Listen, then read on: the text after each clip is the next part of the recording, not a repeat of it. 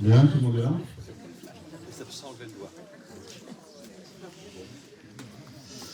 Alors bonjour à tous. Pour ceux qui ne me connaissent pas, je me présente, donc Christophe. Je suis médium. Quand on dit ça comme ça a toujours l'air un peu bizarre, mais médium, depuis, alors j'en ai fait mon métier depuis quelques années maintenant. C'est pas venu d'un seul coup, je vous le dis tout de suite. C'est pas depuis ma naissance que j'ai ces capacités. Moi, c'est arrivé après un accident qui m'a touché au niveau du dos, où j'ai été gravement touché au niveau du dos. Alors, c'est pas l'accident en lui-même, c'est plus le cheminement qu'il y a eu après l'accident, en fait. Bien sûr, quand vous avez un accident et que vous allez voir des médecins, la plupart des médecins vous disent on ne peut pas vous soigner, on n'arrive pas à trouver comment vous soigner. La première chose que font les médecins, c'est de vous donner un tas de médicaments. Et quand vous avez des médicaments, pour pallier à certains effets secondaires de ces médicaments, vous en prenez d'autres, et ainsi de suite. Puis vous n'arrivez pas à dormir. Donc du coup, vous prenez d'autres médicaments pour dormir. Mais le matin, vous n'arrivez pas à vous réveiller. Donc vous prenez d'autres médicaments pour vous réveiller. Et ainsi de suite. Donc je suis tombé dans cet enfer médicamenteux suite à cet accident. Et quand je dis un enfer, c'est vraiment un enfer. C'est-à-dire que j'étais vraiment plus bactère et puis j'étais dans un état, on va dire, proche de la léthargie. Et j'ai eu cette prise de conscience qu'il fallait que j'arrête tout ce qui était médicamenteux, parce que j'étais plus en train de m'empoisonner que de me soigner réellement. Donc j'ai commencé à m'interroger, de me dire mais qu'est-ce que je peux avoir comme moyen pour sortir de cet enfer médicamenteux et puis me soigner, ou me soulager, tout du moins. Et il y a eu tout un concours de circonstances qui ont fait que, sur mon chemin, j'ai rencontré certaines personnes qui m'ont fait comprendre que j'étais en train de traverser une période de réveil, je dis bien réveil, pas d'éveil, et qu'il m'arrivait certaines choses. Parce que ça a commencé par des sensations, ça a commencé par des visions, des choses que je n'avais pas l'habitude de voir. Parce que en plus, moi, je faisais partie d'un milieu professionnel qui est complètement aux antipodes de tout ça, parce que j'étais dans l'armée. Donc dans l'armée, quand on vous parle de tout ce qui est spiritisme, quand on vous parle de tout ce qui est ésotérisme et tout ça, c'est des choses qu'on n'aborde pas dans l'armée. Et donc je dis souvent que je suis un sceptique repenti. Pourquoi? Parce que quand à l'époque on me parlait de manifestations, quand on me parlait de médiumnité, quand on me parlait de tout ça, je regardais les gens, je leur disais oui, mais bien sûr, bien sûr. Il y a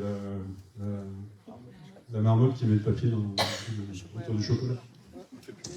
Mon épouse, qui est ici présente, qui à l'époque était déjà un petit peu tournée dans ce domaine-là, souvent quand elle revenait les week-ends, alors à l'époque c'était Fougeray, elle est partie aux États-Unis, faire des ghost hunts aux États-Unis. Quand elle revenait, elle me parlait de toutes ces choses-là. Je la regardais et je disais oui, bien sûr. Elle me dit on a vu ceci à Fougeray, on a vu cela, on a vu oh là là, puis alors c'était formidable. Oui. Et moi, comme cartésien comme je l'étais, je disais mais bien sûr, oui, bien sûr. Je le croirais quand je le verrais. C'est ce qu'on se dit en général.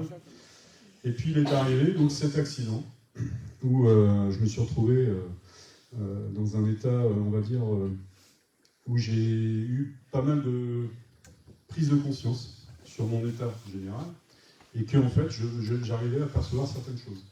Alors je ne l'ai pas compris tout de suite, parce que ça, en premier, quand vous arrive ce genre de choses-là, vous êtes en train de penser que c'est l'accident qui est en train de vous donner ce genre de choses et que vous allez finir en hôpital psychiatrique. Donc je me suis interrogé déjà sur ma santé mentale, en premier. Et quand j'ai commencé à voir ces apparitions, alors au départ c'était des ressentis, c'était des choses comme ça, j'entendais des voix, je me suis dit, ça y est, j'ai pris un coup sur le casque, donc il va falloir que j'aille le consulter. Et je pense que ça va m'amener dans un hôpital psychiatrique. Et du coup, il y a eu de plus en plus de manifestations, de plus en plus de choses qui se sont passées, qui ont fait que j'ai commencé à m'interroger et à me dire, mais c'est pas uniquement mon cerveau qui joue des tours. J'ai pas reçu un coup sur la tête, donc il y a forcément quelque chose. Et puis, dans le moment où j'ai décidé d'arrêter tout ce qui était médicamenteux, mon épouse, qui travaillait dans une entreprise à l'époque sur la région parisienne, avait sa patronne qui lui dit, voilà, il n'y a rien à perdre, il est malade, il a des douleurs, on n'arrive pas à le soigner. Je connais quelqu'un qui peut peut-être l'aider, mais c'est super difficile d'avoir un rendez-vous avec lui, parce que c'est un médecin chinois. Écoutez bien, parce que c'est un peu alambiqué. C'est un médecin chinois qui a une clinique aux États-Unis et qui vient que 2 fois en France chaque année. Et pendant 15 jours, il donne des consultations en France. Donc c'est super difficile à avoir un rendez-vous avec lui. Ouais. Et du coup, j'ai dit, j'ai rien à perdre. On envoie le mail. Et on nous a dit, mais attention, pour avoir un rendez-vous avec cette personne-là, il ne faut pas attendre avant au moins 6 mois, le temps qu'il revienne et tout ça. Bizarrement, le mail a été envoyé, je crois que c'était la semaine d'après. On reçoit un autre mail qui nous dit, il y a un rendez-vous qui s'est débloqué, vous pouvez aller le voir. Donc, ok, je m'ouvre la partie à Paris, rue de Rivoli, parce que monsieur, quand il vient en France, son cabinet est à rue de Rivoli. Et je me retrouve à rue de Rivoli, donc à aller voir un médecin chinois qui pratique le Qigong. Donc c'est un vrai médecin chinois, attention. Hein. Il est médecin à la base. Mais en fait, son art, c'est de pratiquer le Qigong. Il fait ça depuis l'âge de 5 ans. Et donc il a soigné tous les plus grands dirigeants chinois. Il est parti aux États-Unis créer sa propre clinique. Mais ça reste un maître Qigong. J'arrive dans ce petit cabinet de Rivoli. Et là, j'ouvre la porte et je tombe sur un petit chinois. Alors là, quel type du chinois, attention. Vous avez tous vu Kung Fu, vous connaissez tous, pour les plus anciens. Vous voyez le maître chinois, là, c'est ça. Voilà. Je me retrouve devant ça, puis la secrétaire m'avait demandé de remplir une fiche. Il me regarde, il ne me dit même pas la fiche, et il me dit, asseyez-vous, vous avez mal là, là, là et là. D'accord. Bon, ok. Il me dit, je sais ce qui vous arrive, allongez-vous, on va travailler dessus. Et ça a duré 1h30. Au bout d'1h30, il me dit, c'est bon, vous pouvez vous lever, vous pouvez sortir. Attention quand même, parce que ça va vous faire bizarre. Bon, ok. Je descends du cabinet, je me retrouve rue de Rivoli, donc en plein, c'était un mois de juillet, je crois. Donc, imaginez le monde qu'il peut y avoir dans rue de Rivoli. Et là, stupeur. Je m'aperçois qu'en sortant du cabinet, tous les gens que je croise, je voyais leur aura. Alors, imaginez en 1h30 le changement. Donc je regardais les gens bizarrement, puis eux ils me regardaient bizarrement parce que qu'est-ce qui arrive, donc ils s'écartaient de moi parce que en plus c'est pareil. Et là, je dis il y a quelque chose qui ne va pas, ça ne va pas tellement. Je ne sais pas ce qu'il m'a fait. Je rejoins mon épouse qui m'attendait un petit peu plus loin. Ouais. Et qui m'attendait dans un coffee shop un peu plus loin, et elle me voit arriver, blanc comme un linge, et elle me dit, qu'est-ce qui se passe? Et là, je lui dis, je ne sais pas ce qu'il m'a fait, mais je vois les auras de tout le monde, il y a quelque chose de bizarre. Et là, ça a été le déclenchement, en fait. Il a travaillé pendant 1h30 sur sur le troisième œil, et il a réveillé, en fait, complètement redébloqué toutes ses capacités. Et je me suis retrouvé, alors, bien sûr, ça n'a pas été du jour au lendemain, mais pendant ce long processus de compréhension, je me suis retrouvé à avoir des visions, à entendre des mots, à ressentir certaines choses, à voir des personnes physiquement qui ne pouvaient pas être là. Donc la première apparition, ça a été 3h du matin, dans ma chambre. Vous voyez, quand vous êtes endormi, vous êtes dans votre lit, et puis vous sentez qu'il y a une présence à côté de vous. Je me retourne, et là je vois sur le bord de mon lit debout, hein, un petit garçon de 9 ans, qui me regardait fixement. Alors, 3 heures du matin. Sauf que ce petit garçon, il s'est présenté de la façon dont il était décédé. Il était parti dans un incendie. Alors imaginez à 3 heures du matin, le choc que ça peut faire. Donc je vous rassure, j'ai pas pu continuer ma nuit, j'ai pas pu fermer l'œil de la nuit. Et je me suis dit, c'est-à-dire, soit il m'a fait quelque chose de terrible, ce monsieur, c'est chinois, soit il se passe vraiment quelque chose. Et c'est là que j'ai commencé à m'interroger et me dire qu'effectivement, il y avait peut-être autre chose après la vie, que la mort n'était pas une fin. Et plus j'allais dans ce questionnement, plus en fait, j'avais des réponses claires, précises, de certaines entités qui m'annonçaient que, effectivement, la mort n'était pas une fin, et que ses capacités étaient en train de se réveiller. Donc ça a été un long parcours de compréhension, hein, parce que ça n'a pas été très simple dès le départ. Et puis vous avez aussi, quand on est dans un milieu très cartésien, et puis que vous avez le trottoir, alors j'avais la chance que mon épouse était déjà un peu dans ce milieu-là, mais vous avez l'entourage qui vous regarde avec des yeux quand vous leur dites je vois des choses, je ressens des choses, j'entends des mots. Oui, ça y est, celui-là, il a pété une coche. On va l'enfermer et puis on va acheter la clé. Et donc ça a été un long parcours, comme je disais, pour cette compréhension, parce que c'est vraiment l'important, c'est de comprendre ce qui vous arrive. C'est vraiment ça l'important. Alors, est-ce que, c'est souvent la question qu'on me pose, est-ce que vous avez été choisi, ou est-ce que c'est un don qu'une entité divine vous a donné? Il n'y a pas de don. Hein. On a tous ces capacités en nous. On les a vraiment tous, ces capacités, sauf que elles se réveillent ou elles ne se réveillent pas.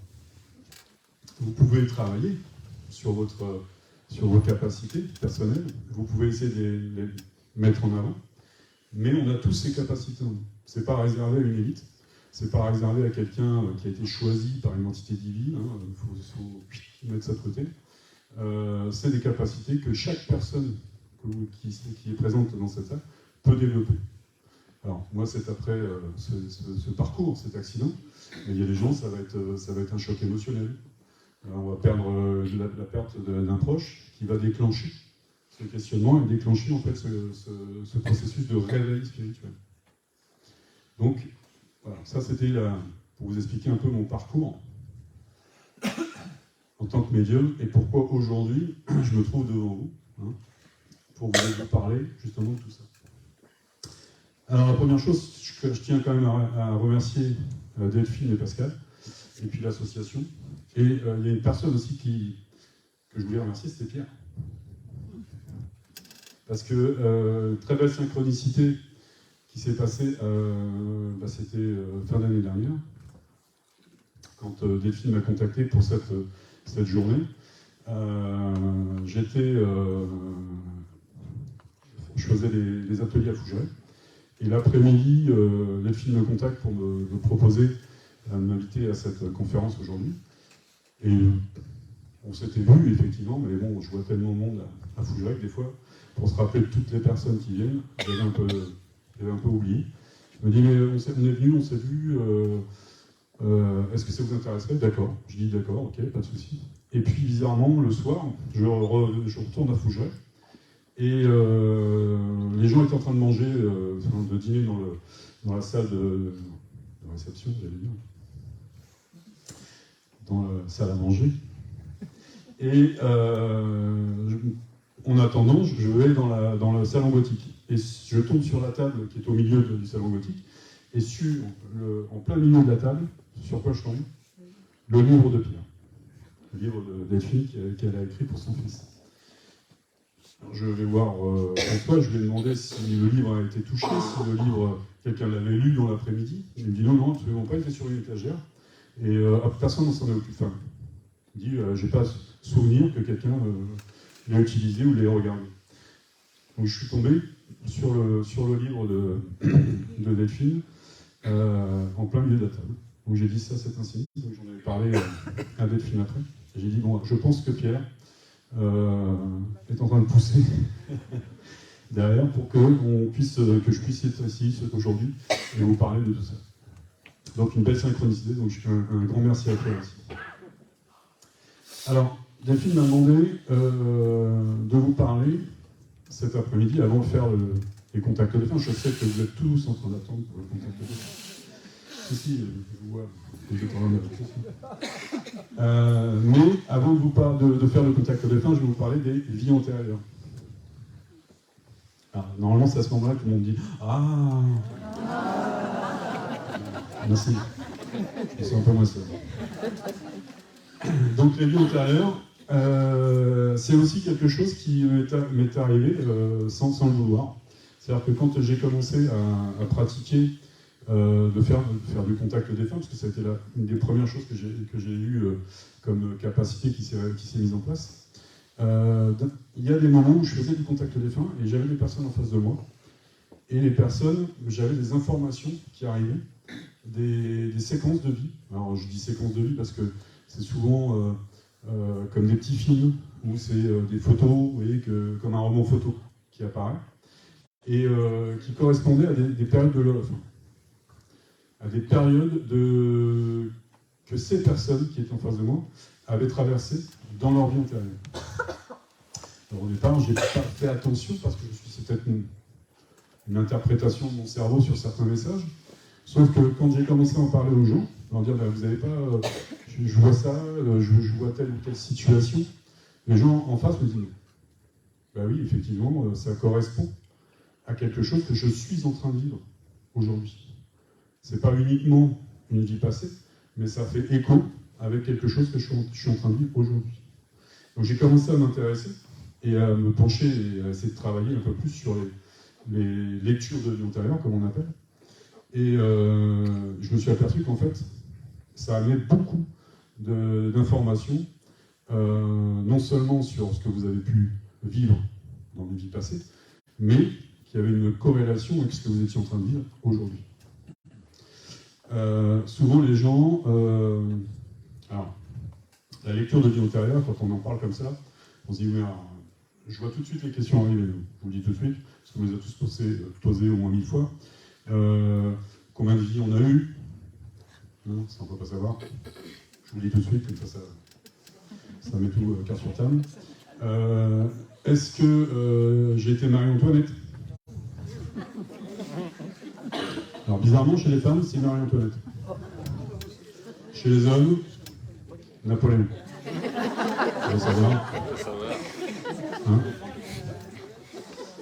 Alors effectivement, quand la personne qui est en face me dirait moi je suis sûr, j'ai déjà vu j'étais Marie-Antoinette. Alors imaginez le nombre de Marie-Antoinette qu'il y a pu... Et effectivement, je dis mais oui. Je fais une lecture et je dis mais oui, effectivement, je vous vois dans cette époque-là. Par contre, vous n'étiez pas Marie-Antoinette. Vous étiez une servante. Donc là, ça redescend d'un cran. Quand le mec, les messieurs qui me disent alors moi, je suis sûr que j'étais... Ah oui, César aussi, chez les hommes. Mais quand on dit j'étais chez César, moi je suis sûr et certain que j'étais un grand dignitaire, romain. Oui. C'est pas ce que je vois. Je vois plutôt un esclave, mais bon. Par contre, ce qui est intéressant quand on fait des lectures de vie antérieure, c'est pas juste de savoir quel personnage vous avez pu être dans une vie passée. Parce que ça, j'ai envie de dire, quelque part, dans la lecture de vie antérieure, c'est secondaire. Ce qui est vraiment important, c'est ce qu'on appelle le fil rouge de nos vies antérieures. Dans toutes vos vies antérieures, dans toutes vos expériences de vie passée, vous avez un fil rouge qui relie toutes vos incarnations. Alors, pas forcément, bien sûr, vous jouant à une situation, pas toujours dans le même corps aussi, hein, mais ce fil rouge, en fait, c'est ce qui va vous donner la trame de votre chemin de vie. Pourquoi vous avez traversé ces épreuves?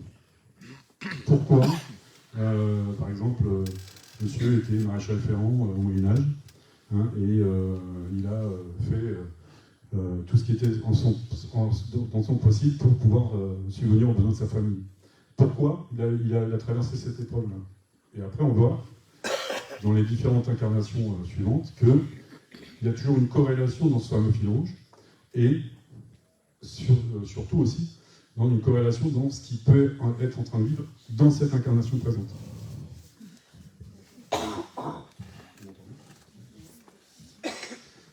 Donc voilà en fait le cheminement d'une lecture de vie antérieure. C'est pas juste de savoir, oui, bah alors est-ce que j'étais Cléopâtre, ou est-ce que dans une vie antérieure j'étais un tueur en série, quelque chose comme ça. C'est pas le plus important, mais vraiment le plus important c'est d'essayer de définir ce fameux fil rouge. Pourquoi? Parce que dans ce fil rouge, on va faire ressortir certains événements qui vont peut-être vous paraître anodins dès la première lecture, mais mis bout à bout, ça va vous faire comprendre ce que vous êtes en train de traverser actuellement. Oui. Ça peut être un schéma répétitif, ça peut être aussi une phobie. Oui. Il m'est arrivé dans une consultation, donc c'est un monsieur qui je faisais une lecture de vie antérieure, et le monsieur, donc je fais sa lecture et je le vois. Alors je ne sais plus exactement l'époque, hein, c'était en 1700 et quelques. En fait, il se fait assassiner, ce monsieur. Dans sa vie antérieure, il se fait assassiner. Et je le vois, on le noie dans une rivière. Ouais, c'est pas réjouissant. Hein. Et aujourd'hui, le monsieur me regarde, quand je lui donne cette lecture, il me regarde et il me dit, mais aujourd'hui, j'ai une phobie de l'eau. À tel point que je ne peux pas aller à la mer avec mes enfants. Je ne peux pas aller à la piscine. Et il me donne une phrase qui prend tout son sens. Il me dit, cette phobie, aujourd'hui, m'empêche de vivre. Comme ça l'a empêché de vivre en 1700 et quelques, on l'a noyé dans une rivière. Vous voyez, ça a suivi son fil rouge, et ça s'est transformé en phobie. Donc aujourd'hui, bien sûr, le fait d'avoir l'information qu'il avait cette phobie, et d'où venait cette phobie, il n'a pas été piqué une tête dans la piscine dès le lendemain matin. Mais il a commencé à comprendre d'où lui venait cette phobie. Donc il a commencé à travailler dessus. À se dire que ce n'était pas uniquement quelque chose qui était psychologique ou quoi que ce soit. Donc il a commencé à travailler dessus et petit à petit il fait son chemin. Vous voyez, donc alors, on n'a pas tous des phobies comme ça, hein, je vous rassure. Dans nos vies antérieures, on n'a pas tous eu des morts atroces et qui font qu'aujourd'hui, voilà, vous êtes schizophrène ou que vous allez finir en hôpital psychiatrique. Hein. Mais ça peut être des indications qui vous font comprendre pourquoi vous traversez telle ou telle chose aujourd'hui. Donc c'est vraiment important, quand on fait une lecture de vie antérieure, de se pencher sur ce fameux fil rouge. Hein, et j'ai même envie de dire que le personnage que vous étiez souvent, c'est quelque part secondaire. Ce qui est vraiment important, c'est ça. Alors, lecture de vie antérieure, souvent les gens me demandent oui, alors si on se réincarne, vu le nombre de personnes qu'il y a sur Terre, ça veut dire qu'il y a énormément d'âmes qui se réincarnent, et plus, comme le nombre de personnes vivantes sur Terre augmente chaque année, ça veut dire qu'il y a de plus en plus d'âmes. D'où viennent ces âmes? Alors ça, c'est la grande question. Quand on s'interroge, quand on pose des questions à nos guides, pour savoir d'où viennent justement, pourquoi on traverse ce processus, on nous répète que la Terre, c'est une école. Que nos âmes, elles viennent pour cet apprentissage de vie. Chaque incarnation que vous allez traverser va être une épreuve supplémentaire qui va vous permettre d'accéder à cet apprentissage et à votre chemin de vie. Ça va vous permettre de comprendre pourquoi vous êtes vraiment sur cette Terre. Qu'est-ce que vous avez à apprendre? Oui. C'est pas uniquement mon âme a décidé de venir et puis de suivre son bonhomme de chemin et puis je ne sais pas pourquoi je suis là. Non. Il y a toujours une raison. Même dans les pires événements que vous pouvez traverser dans votre vie, dans la vie qu'on connaît aujourd'hui, il y aura toujours une raison pour laquelle vous traversez cette épreuve. Toujours. C'est là où il faut se poser la question et s'interroger. Et la lecture de vie antérieure vous permet justement de comprendre ce genre de choses. Oui. Alors, le cheminement de notre âme, quand on parle de réincarnation, je vous disais, donc c'est notre âme qui décide de se réincarner à un moment donné pour poursuivre cette mission de vie, son apprentissage. Je dis bien, elle décide. C'est-à-dire que c'est notre âme qui décide de se réincarner, ou pas. On a des âmes qui, à un moment donné, ont suivi un certain nombre d'incarnations et qui décident, à un moment donné, de faire, entre guillemets, un break et de ne plus se réincarner sur Terre. Parce qu'elles ont un cheminement à faire dans le monde subtil, ce qu'on appelle l'autre monde, et elles doivent évoluer de l'autre côté, par rapport à tout ce qu'elles ont vécu, appris ou pas appris. Oui. Mais quand elle va décider, cette âme, elle va dire, bon, j'ai ma dernière incarnation, j'ai vécu telle ou telle chose, j'ai traversé telle ou telle épreuve, donc il faut que je revienne sur Terre, il faut que je continue mon apprentissage. Donc elle va décider de se réincarner. Et elle va choisir la famille et le corps dans lequel elle va se réincarner. C'est à ce moment-là qu'elle va choisir dans quel corps elle doit se réincarner et quelle est la mission de vie qu'elle doit continuer. Alors on est en droit de se demander, si c'est notre âme qui choisit de se réincarner, pourquoi elle va choisir de se réincarner dans le corps d'un enfant qui va subir la maltraitance de ses parents? Ah oui, si c'est elle qui choisit. Parce que peut-être que cette âme, dans une autre incarnation, dans une incarnation future, sa mission de vie, ça va être de venir en aide à des enfants qui traversent la même situation. Donc pour ça, il faut qu'elle-même elle traverse cette situation. C'est le but de cet apprentissage. Une âme qui va traverser régulièrement la maladie, par exemple. Dans toutes ces différentes incarnations, à chaque fois, elle va se retrouver confrontée à la maladie pour elle-même et pour ses proches. À un moment donné, peut-être que cette âme, sa mission de vie, ça va être de devenir un médecin ou un chirurgien pour soigner les vies. Mais pour ça, il faut qu'elle-même, elle traverse la maladie pour savoir de quoi elle fait, pourquoi la maladie vient, comment la combattre. Voyez, il faut qu'il y ait toujours une raison pour laquelle on traverse ces épreuves. Alors c'est compliqué, parce qu'on vous dit, mais on ne peut pas juste choisir une vie où je suis millionnaire, je suis sur une île avec mon yacht. Ça peut arriver. Mais est-ce que c'est le bonheur? Parce que justement, ça fait partie de l'apprentissage de notre âme. Ça fait partie des expériences qu'on doit traverser pour grandir au niveau spirituel. Parce que le but de tout ça, et ça c'est souvent la question que les gens me posent, quand est-ce que ça s'arrête? Il n'y a pas un moment donné où je vais gagner au loto ou...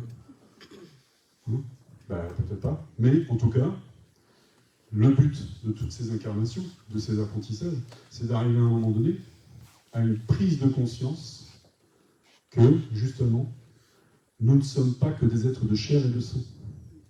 On est des êtres spirituels. On a une mission, on a un chemin de vie spirituel. Et ça, pour y accéder, pour avoir cette compréhension, il faut passer par toutes ces différentes épreuves. Ça nous permet de comprendre pourquoi on est sur Terre. Tout va bien justement? Si je vous donne une feuille, vous pouvez faire une dissertation.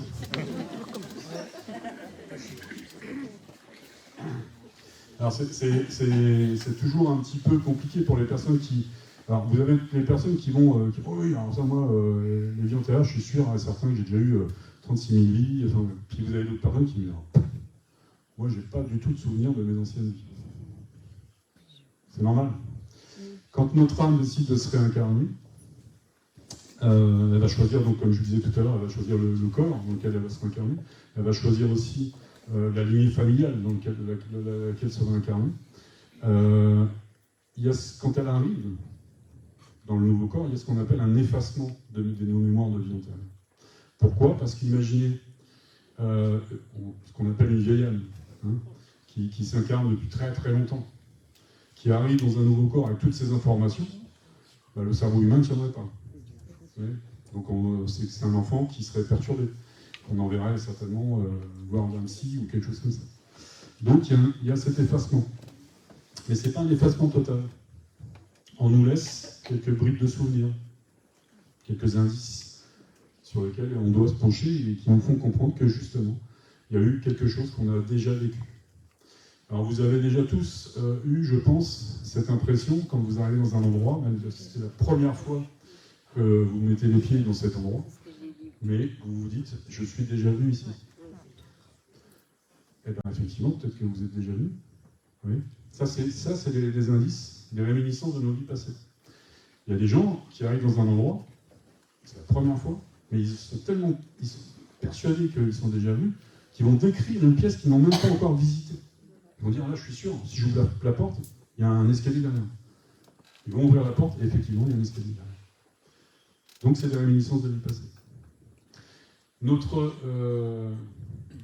Le chemin spirituel, il va se faire un malin plaisir de vous remettre sur votre chemin de vie, dans votre vie actuelle, hein, donc là où vous êtes incarné actuellement. Il va se faire un malin plaisir de vous remettre ces indices sur votre chemin. Alors il y a des gens qui vont passer complètement à côté. Ils vont pas faire attention. Ça va être une fois, deux fois, trois fois, et puis leur guide, au bout d'un moment, il vous dit rien compris, on verra ça à la prochaine incarnation.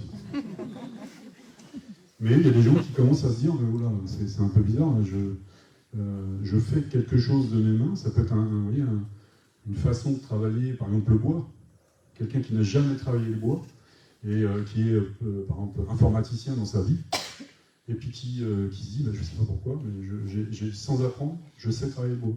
J'arrive à faire des pièces magnifiques. Alors il y en a qui vont dire, ouais, c'est un don. Mais c'est peut-être une réminiscence d'un travail que vous avez fait dans une incarnation précédente. Tout ce genre de choses, c'est autant d'indices qu'on vous laisse et qui vous font, à un moment donné, réfléchir sur justement tout ce que vous avez pu traverser. Ça peut être aussi une musique particulière. Oui. On entend une musique qui n'est pas forcément de notre ethnie, mais quand on l'entend, c'est comme si on avait un appel. Cette musique nous parle. Oui. Souvent, vous vous dites, je ne sais pas pourquoi, ça m'appelle, ça me parle. Il y a quelque chose avec cette musique.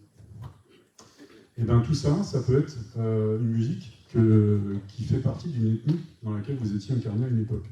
D'accord ? Alors, l'incarnation, on n'a pas tous eu que des incarnations idylliques. Il faut le savoir.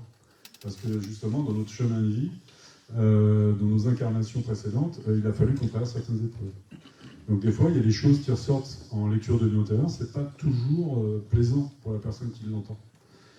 Quand on parle de personnes qui ont assassiné, ça peut arriver, ou des personnes qui étaient je sais pas, des vrais tyrans à leur époque, ça arrive aussi. Hein. Moi, j'ai eu le cas d'un monsieur, je faisais sa lecture de vie antérieure, le monsieur est en face de moi, et ce qui ressort, c'est qu'en fait, c'est un ancien nazi. Alors déjà, la personne, je lui dis, voilà, vous étiez officier dans l'armée allemande et vous étiez officier dans un camp de concentration. Donc imaginez le mal qu'il avait pu faire. Sauf que la personne qui était en face de moi, à qui je faisais cette lecture de vie antérieure, c'était un monsieur de couleur. Donc il me dit, ça va pas, non ? Moi aujourd'hui, je combats le racisme tous les jours, je fais partie d'une association, je milite contre le racisme. Là, je dis, oui, il a fallu que votre âme aille s'incarner dans cette situation-là pour savoir ce qu'était que le mal à l'état pur, pour pouvoir avoir les outils nécessaires pour le combattre aujourd'hui. Et votre mission de vie, c'est de combattre le racisme. Donc vous voyez un peu le cheminement, c'est pas toujours très simple, hein, parce que des fois, quand on réfléchit, on se dit, oh là là, on a dû passer par des choses, ça doit être assez spécial. Un enfant qui se réincarne, qui devient, par exemple, je sais pas, qui va, au fur et à mesure, il va grandir, et puis ça va devenir un vrai psychopathe, et puis il va se mettre à tuer des gens. On se dit, mais pourquoi il s'est incarné là-dedans ? Parce que peut-être qu'il fallait qu'il connaisse le mal à l'état pur.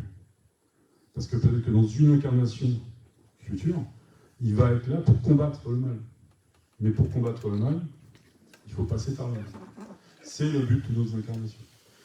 Quelqu'un qui va traverser, qui va régulièrement dans ses incarnations, va traverser le deuil, pour ses proches ou des amis, c'est forcément qu'il y a une mission de vie derrière.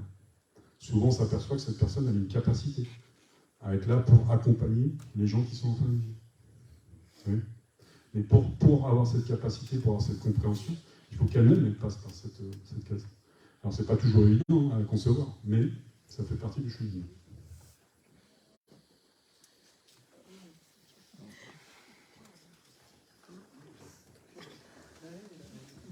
Je regarde si tu n'en parles. Oui. Je voulais savoir, étant donné que vous avez les capacités donc, de lire les vies antérieures, est-ce qu'avec, du coup, madame, vous avez pu établir, vous, que vous aviez déjà des liens précédemment ensemble? Non. D'accord. Non, vous n'avez pas pu établir ou... Non, en fait, c'est toujours plus difficile de travailler sur des personnes que vous connaissez, de votre entourage. D'accord. Voilà. Pourquoi? Parce que vous avez toujours le mental qui va reprendre le dessus. C'est-à-dire que quand vous êtes en consultation, une personne que vous ne connaissez pas, vous n'avez aucune information sur elle. Donc vous allez lui donner des informations qui vont venir, vous allez faire cette lecture, alors que ce soit vie antérieure, que ce soit guidance, que ce soit, on va dire, contact défunt, vous donnez en fait, le rôle d'un médium, c'est de donner ces informations sans interférer, oui, sans aucune, sans que votre propre identité prenne le dessus. Quand c'est quelqu'un, un proche, souvent, vous avez tout de suite le mental. Oui, mais alors si je lui dis ça, c'est parce que je la connais. Et elle va peut-être penser que c'est parce que je la connais que je lui donne ces informations. Oui, donc c'est toujours plus compliqué. C'est pour ça que je dis souvent, il faut aller, les personnes dans l'entourage d'un médium, souvent elles vont voir un autre médium. Parce que même si elle vient avec une perruque, genre un truc de malade, vous la reconnaissez pas, vous allez quand même reconnaître son âme. Oui, alors, ça c'est une bonne question. Je vais faire un switch avec ça. Bravo. En fait, souvent les gens me posent la question, mais est-ce que j'avais le même physique dans une incarnation précédente? Non. Bah non, heureusement. Parce que si vous changez de corps, homme, femme, des fois, ça peut être compliqué d'avoir le même physique. Surtout quand on a de la barbe comme ça. Imaginez une femme, ou une femme à barbe, peut-être. Bon.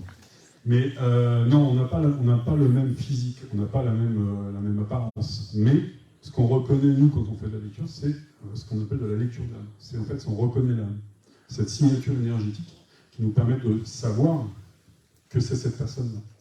Oui. Donc c'est pour ça que quand on est, c'est nos proches, c'est toujours difficile d'être objectif et de pouvoir donner des informations. Alors, on va donner des informations. Ça m'est arrivé d'avoir des contacts défunts pour mon épouse, pour des personnes, mais c'était vraiment de façon... Voilà, on m'avait rien demandé, on était en plein repas, et boum, il arrive quelque chose, parce que le défunt avait vraiment quelque chose à faire passer. Mais en l'occurrence, souvent, c'est des gens que je ne connais pas, de son ancienne vie. Du coup, j'ai aucune information sur ces personnes. Mais c'est toujours plus difficile pour une personne que vous connaissez, même la lecture de l'unitaire. Je sais parce qu'elle me tanne pour que je fasse cette unitaire. Mais c'est toujours plus difficile. Merci.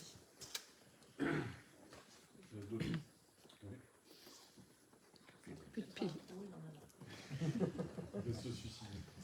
Il y avait une dame. Dans cette vie-là, quand on est assassin, on tue des gens, est-ce qu'on doit être jugé, passer en justice? La justice des hommes. Oui. La justice des hommes, oui. La justice divine, ce qu'on peut appeler la justice divine, non. Il n'y a pas de jugement de l'autre côté. Alors, ça peut être difficile à concevoir quand on dit oui, mais alors, c'est quelqu'un qui dans son accord. Et puis,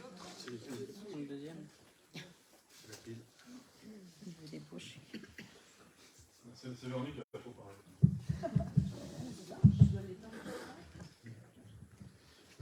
Bon. Alors, pour en revenir à votre question, il n'y a pas de, quand vous arrivez, quand votre âme décide de quitter votre corps, pour raison, quelle que soit la raison, elle va retourner dans le monde subtil. À ce moment-là, il n'y a pas de jugement. C'est-à-dire qu'il n'y a pas de tribunal céleste qui va être là pour vous accueillir et qui vous dire oh, vous n'avez pas bien fait ce que dans votre vie, là, vous avez fait du mal. Non, c'est pas du tout comme ça que ça se passe. En fait, il y a une remise en question par rapport à ce que vous avez fait, mais c'est une remise en question personnelle. Vous arrivez dans le monde subtil, et à ce moment-là, vous avez une remise en question sur ce que vous avez pu faire, de bien ou pas bien. Mais il n'y a pas de jugement. Le jugement n'existe pas. Quelqu'un qui a été assassin pendant sa vie sur Terre ne sera pas jugé. Par contre, ce qu'il va y avoir comme différence, c'est son taux vibratoire. C'est-à-dire que son taux vibratoire, il va être très bas, parce qu'il a fait des choses très basses sur Terre. Oui. Donc une fois qu'il va arriver dans le monde subtil, eh bien, plutôt que d'être une entité qui va être déjà très évoluée au niveau spirituel, qui aura un taux vibratoire qui va être très haut, il va avoir un taux très bas. Donc il va être obligé de recommencer son apprentissage, recommencer certaines choses. Et souvent, dans une incarnation future, cette personne-là, on va la retrouver à faire le bien. Oui, ça va être complètement l'inverse. Oui, est-ce que la justice de la Terre a raison de condamner à mort ou pas? Alors ça, c'est un grand débat. Parce que,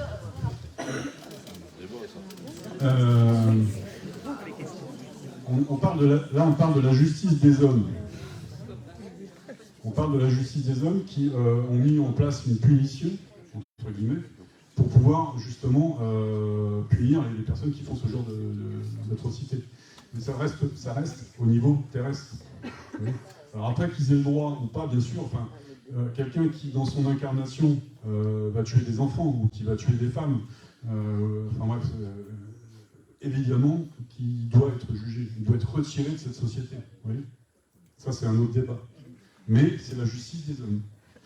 Une autre question? Oui, je voulais savoir, est-ce qu'il y a un lien entre le karma et les vies antérieures? En fait, le karma, c'est un mot qu'on utilise, qui vient d'une autre ethnie que la nôtre, qui vient d'Inde et tout ça. En fait, c'est un mot qui est très très mal utilisé aujourd'hui.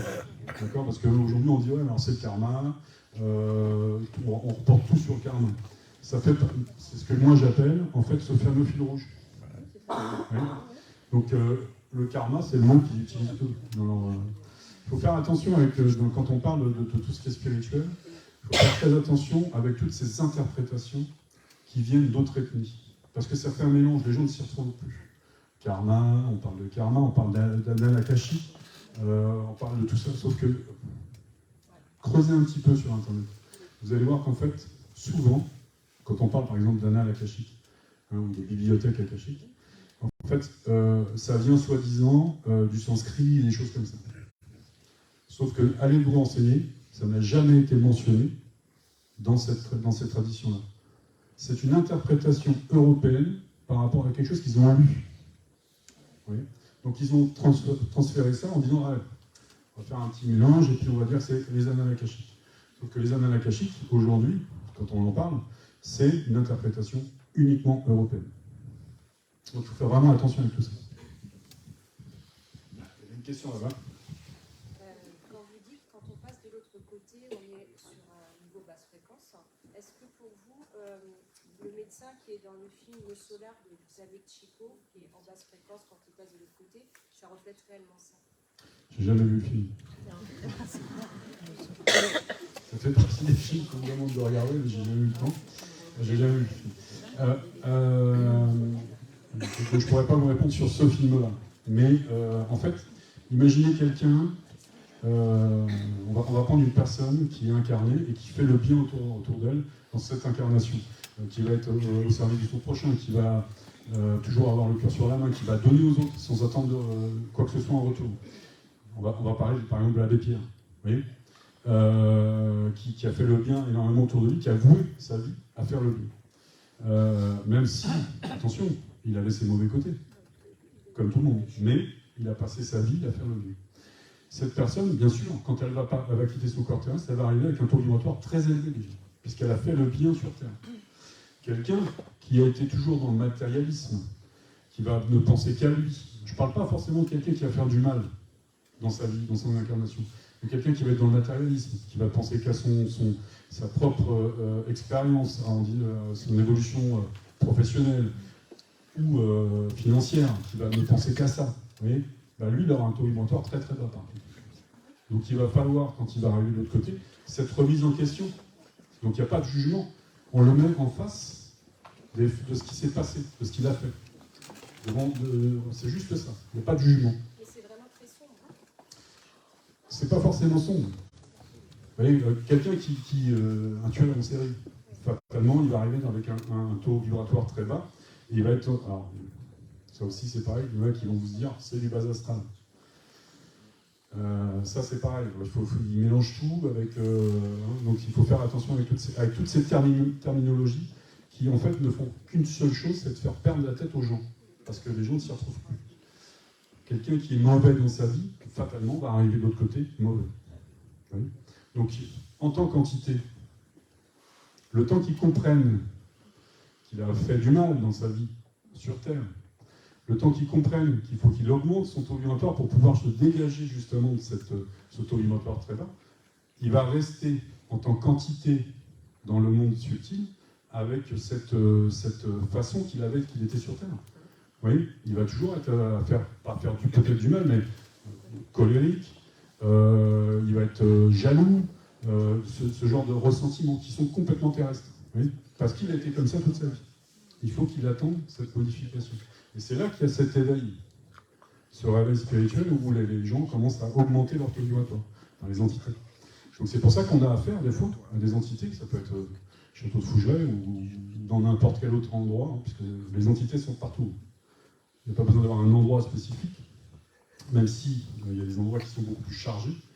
C'est là qu'on peut rencontrer des entités qui ont justement ces mauvais côtés et qui vont plutôt que de venir avec un message de bienveillance pour vous l'adresser, ils vont venir avec cette colère ou cette envie, et pourquoi moi je suis pas encore en vie, elle est en vie, pourquoi, oui.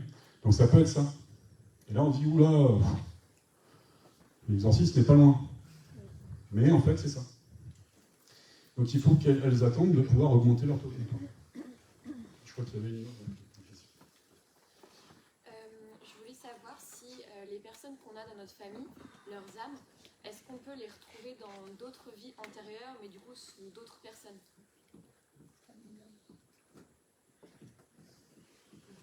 Sacrée question. Alors c'est une bonne question, oui. Alors je vais vous expliquer. Pour vous expliquer, je vais vous donner juste un exemple d'une lecture de vie antérieure que j'ai faite à Fougeray, où la personne, en fait, il y a eu vraiment un truc qui était vraiment formidable qui s'est passé. Je faisais la lecture, on était un groupe de 5 personnes, et là, ça tombe sur cette personne, et puis je fais sa lecture, et je dis, oh, je vous vois en tant qu'infirmière dans Première Guerre mondiale. Je dis, vous êtes dans les tranchées. Et vous êtes en train de... je vous vois en train de faire un bandage à un monsieur qui était touché à la hanche. Ce monsieur, je lui dis, il a survécu. Vous l'avez sauvé. Et là, la personne se met à pleurer. Je dis, bon, j'ai dit quelque chose de mal, peut-être. Et la personne me dit, ce que vous êtes en train de me dire, en fait, c'est que dans cette incarnation présente, mon grand-père, dans cette incarnation présente, a fait la Première Guerre mondiale. Il a été dans les tranchées, il a été touché par un obus à la hanche, et c'est une infirmière qui l'a sauvé. C'est-à-dire que cette infirmière qu'elle était est revenue dans cette lignée familiale pour revenir justement continuer ce qu'elle avait commencé à faire avec son, qui n'était pas encore son grand-père. Elle est revenue dans cette lignée familiale. Vous voyez en fait le lien? Alors, j'ai commencé à développer sur cette vie antérieure, et après ça s'est terminé en guidance, sur cette incarnation présente. Et en fait, ce qui s'est passé, c'est qu'elle m'a expliqué, c'est que son grand-père, dans cette incarnation, quand il est revenu blessé de la Première Guerre mondiale, il a été en fait, dans son village où il était natif, tout le monde lui a dit que c'était un déserteur, que en fait, c'était pas une vraie blessure, enfin bref. Donc il a eu, et ça l'a suivi tout au long de sa vie, ce grand-père, à tel point qu'il a été obligé de déménager. Elle est revenue, cette infirmière qu'elle était, qui l'avait sauvée, elle est revenue dans cette incarnation, dans cette lignée familiale, pour venir l'aider à mettre au jour la vérité, que c'était bien un vrai soldat, qu'il a bien été blessé pendant la Première Guerre mondiale. Vous voyez comment le cheminement...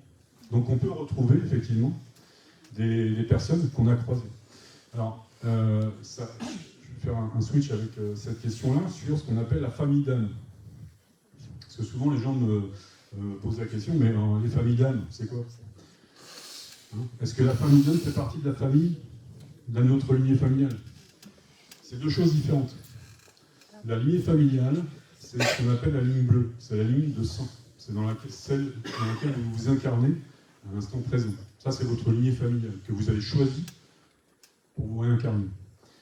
Mais votre ligne rouge, donc votre incarnation, n'a peut-être rien à voir avec cette ligne familiale. Là, c'est le cas dans l'exemple que je vous ai donné, mais ça ne peut, c'est pas toujours le cas.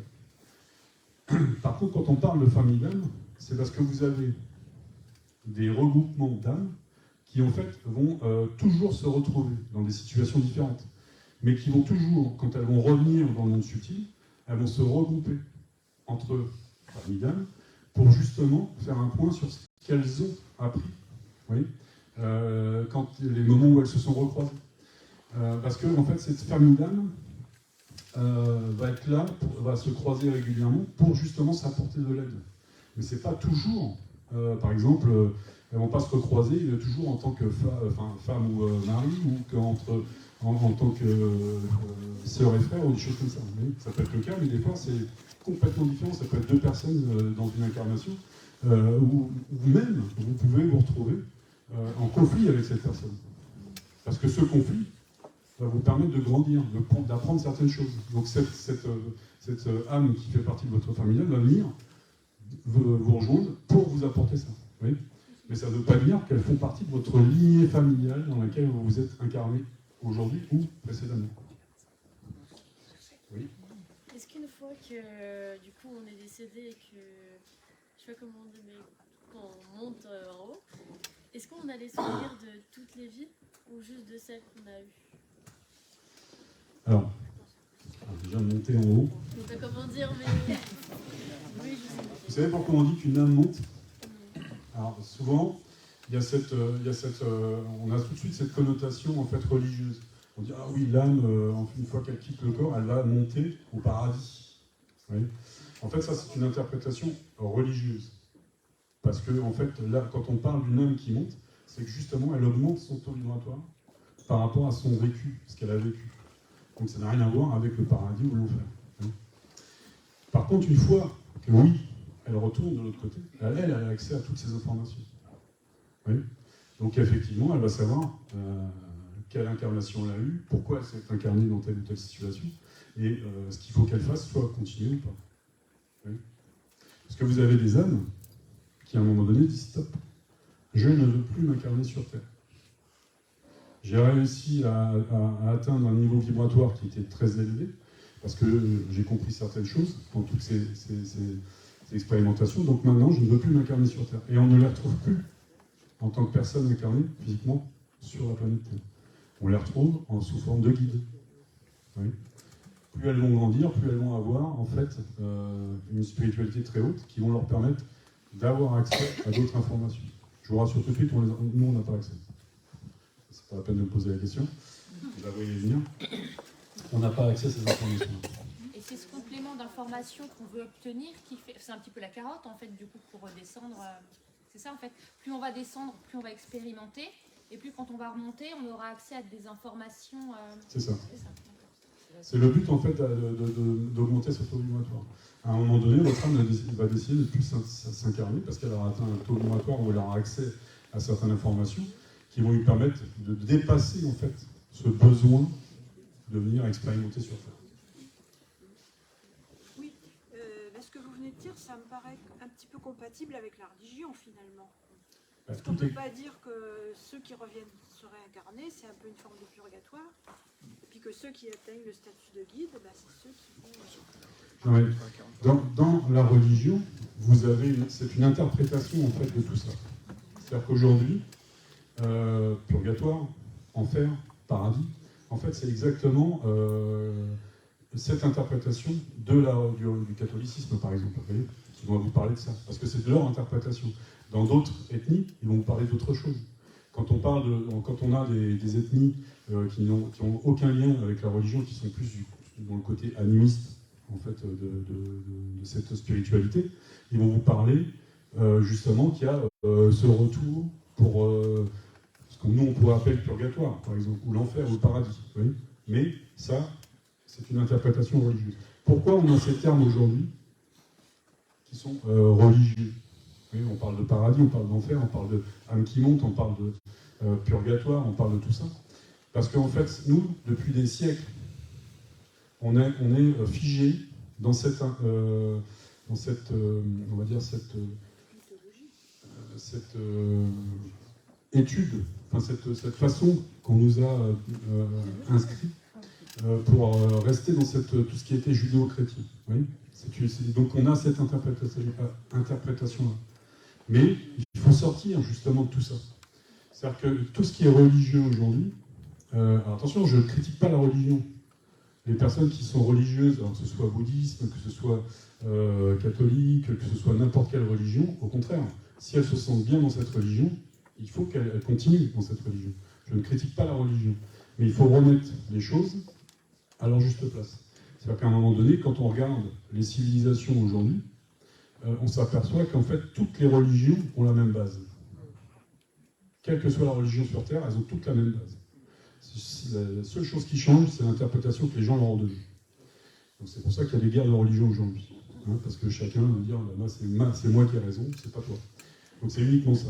Mais en fait, quand vous regardez bien, la base de toutes les religions qu'on connaît aujourd'hui vient en fait d'une spiritualité qui n'a rien à voir avec les dogmes religieux, quoi que ce soit. C'est au-delà de ça. Et aujourd'hui, on est en train de découvrir certaines choses. On est en 2023. On est en train de découvrir certaines choses qu'on ne connaissait pas au niveau de civilisation. Après, on va s'écarter un petit peu de tout ce qui est vie antérieure, mais juste pour vous dire qu'en fait, c'est juste une interprétation qui reste comme ça dans notre mémoire collective, parce qu'on nous a, au fur et à mesure des siècles, on nous a dit, bah, c'est comme ça, surtout en Europe, la religion, c'est la vérité. Donc, et si vous n'étiez pas, vous alliez contre cette vérité, bah, vous étiez brûlé sur un bûcher. Les Cathares, ils ont été brûlés, pourquoi? Parce que justement, ils avaient une autre interprétation de la religion, qui était la même. Hein. C'était la même religion, c'était une interprétation différente. Et on les a mis sur un bûcher.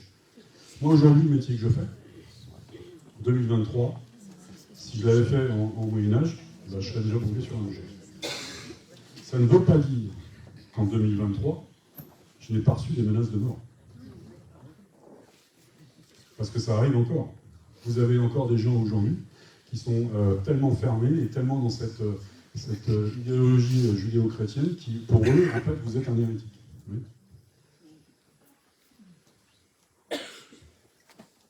Je me pose toujours une question quand on fait appel aux anges ou aux guides. Alors moi, je les appelle comme ça. Pourquoi je peux avoir la réponse à ma question des fois très rapidement, au bout d'une demi-heure, une heure, ou un gros souci qui va être réglé, on se dit waouh, en 15 jours ou 3 semaines, on va dire waouh, c'est énorme. Je ne pensais pas que ça serait arrivé comme ça, que ça serait réglé comme ça.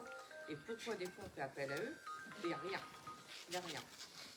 Alors je leur dis des fois, mais je ne suis pas méchante. Après on en parle avec d'autres, on se dit bah, pourquoi on ne mérite pas ça, on n'est pas méchant.